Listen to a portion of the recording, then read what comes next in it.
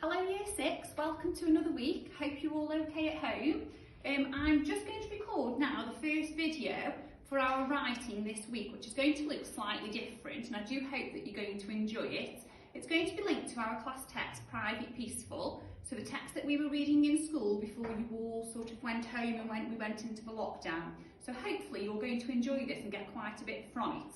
So you can see that this week our new genre is going to be diary entries, and there's going to be 3 videos this week to help you with your writing.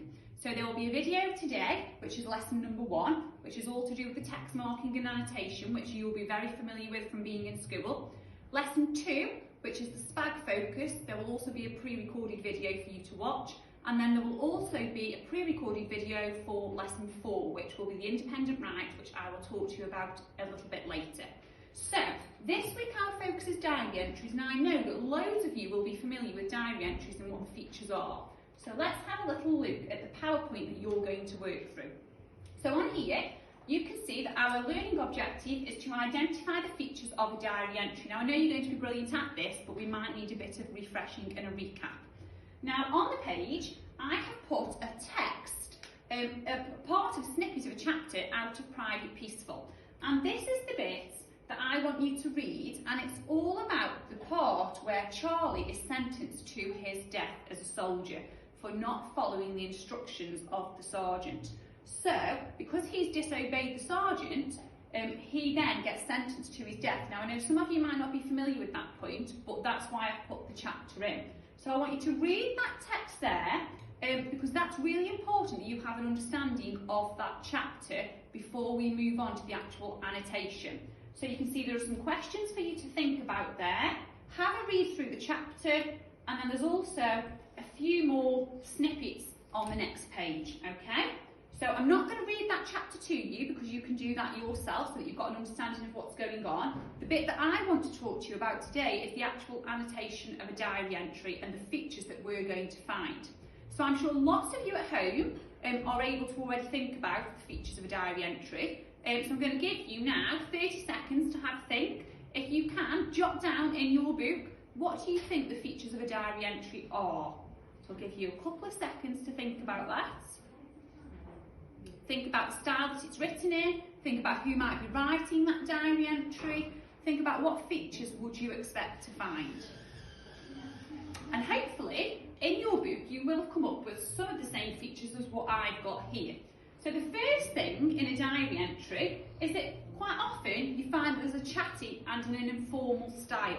So the words are quite colloquial, so they might reflect the character's dialogue or their accent, but we don't really talk that posh in a diary entry. And the reason for that is because it's quite personal. It's a bit of an intimate account into one's thoughts and feelings. The second thing is the use of personal pronouns. So in your diary entry this week, I would expect to see words like I and my.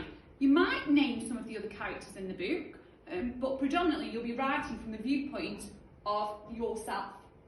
Next bit, so here I just mentioned that actually a diary entry is a bit of a window inside someone's brain. So this week, we will be looking at the viewpoint of Charlie in Private Peaceful. So we'll be thinking about what thoughts and feelings were going through his mind at the point when he was being sentenced to his execution. Okay? We've mentioned colloquial style.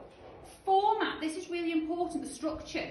So often with a diary entry you find that at the very top you've got the date, then it says Dear Diary, and then we structure our writing into paragraphs. And 9 times out of 10 it's in chronological order. Now you will have heard that word before. Chronological order means in time order. So it's no good putting the last event in your diary entry in the first paragraph. The first event comes first, then the second event of that day, and then the third event, and so on. Okay? And then here, at the bottom, I've put a little bit about self-reflection. So actually, if you're writing from the viewpoint of a certain character, you might want to offer some ideas about what they're thinking in that moment, about their thoughts and feelings towards a certain event, so an opportunity for them to self-reflect.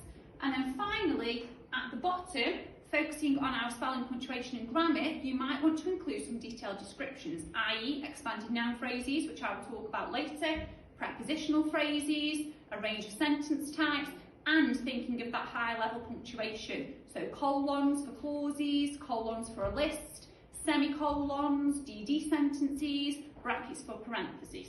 Okay, so that's just a bit of a reminder about diary entries, and this is the bit here that I really want to talk about. So I'm going to perch myself down now, we're going to read this together, and then we are going to start the annotation together, and then you're going to go away and finish it off.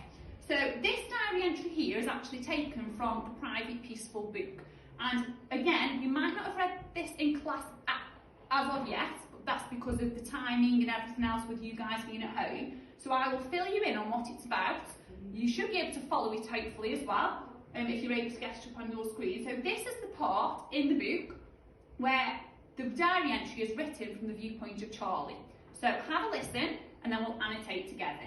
It says, "Dear Private Peaceful, I am home again, as you can see, Tomo. Better late than never, as they say. I am the proud father and you are the proud